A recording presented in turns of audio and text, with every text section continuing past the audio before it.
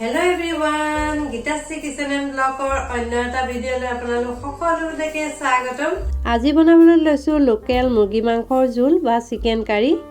তাৰ বাবে মই লোকেল মুৰ্গী মাংস 500 গ্ৰাম ভালদৰে নিমখ দি 2-3 বাৰ ধুই পেলাই এয়া বাটিটোত লৈ লৈছো।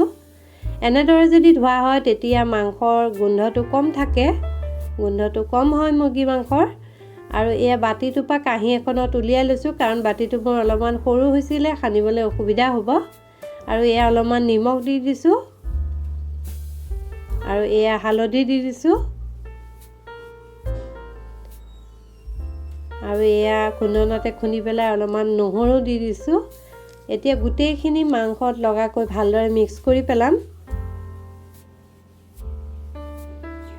মিক্স কৰা হৈ গ'লে এয়া বাটিটোত ভৰাই পেলাই এতিয়া অলপ সময় ৰেষ্টৰ বাবে থৈ দিম। যেতিয়ালৈকে আমাৰ যোগাৰখিনি নহয় তেতিয়ালৈকে মই ৰাখি থম কমেও 15-20 মিনিট মান।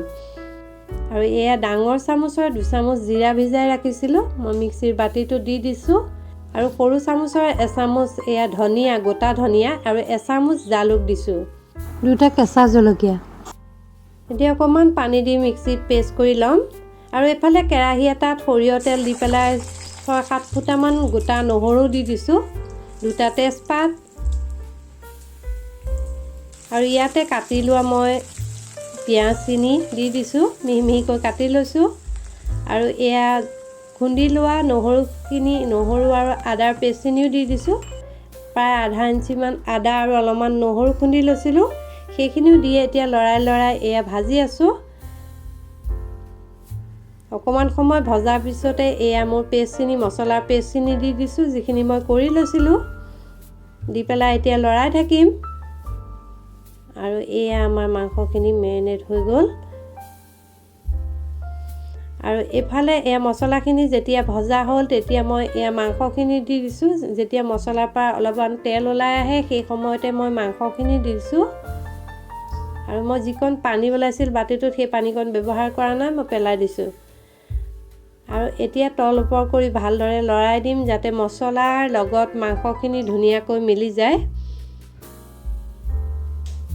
আৰু এয়া 1 চামুচ কাশ্মীৰী জলকীয়া গুড়া ব্যৱহাৰ কৰিছোঁ কালাৰৰ বাবে।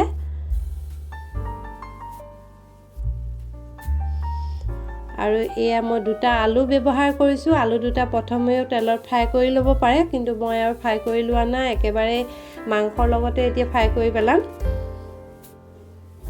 আৰু মাজে মাজে লৰাই পেলাই এতিয়া মাংসখিনি অলপ সময় মই ভাজি ল'ম। মুৰ্গীৰ মাংস গতিকে ভালকৈ ভাজিব লাগিব। আৰু এয়া 1 চামুচ চিকেন মছলা দি দিছোঁ। চিকেন মছলা দিলে খাবলৈ বহুত ভাল লাগে মুৰ্গী মাংস। আৰু এয়া অলপ কম পৰিমাণে নিমখ দিছোঁ কাৰণ মই আগতেও নিমখ দিছিলোঁ, সেইবাবে কমভাৱে অলপমান নিমখ দিছোঁ। আৰু 2টা গোটা জলকীয়া দি দিলোঁ। জ্বলা বেছিকৈ খালে বেছিকৈ ব্যৱহাৰ কৰিব, সেইটো জ্বলাটো একেবাৰে নিজৰ লগত কথা। মই 2টা পিচি দিয়াৰ বাবে 2টা গোটা জলকীয়া ব্যৱহাৰ কৰিছোঁ। মুৰ্গী মাংসত চিকেন মছলা দিলে খাবলৈ বহুত ধুনীয়া হয়, যিকোনো দোকানতে কিনিবলৈ পোৱা যায়। আৰু এতিয়া ভজা যেতিয়া অলপমান হৈ গ'ল তেতিয়া মই ঢাকনি এখন দি দিলোঁ। আৰু এয়া অকণমান মিডিয়াম স্কিম কৰি থৈছিলোঁ। আৰু এয়া চাওক গোটেই মাংসখিনি পাই যেন আধা হৈ গৈছে তেনেকুৱা লাগিছে দেখিবলৈ। মাজে মাজে মই 2-এবাৰ লৰাই আছিলোঁ।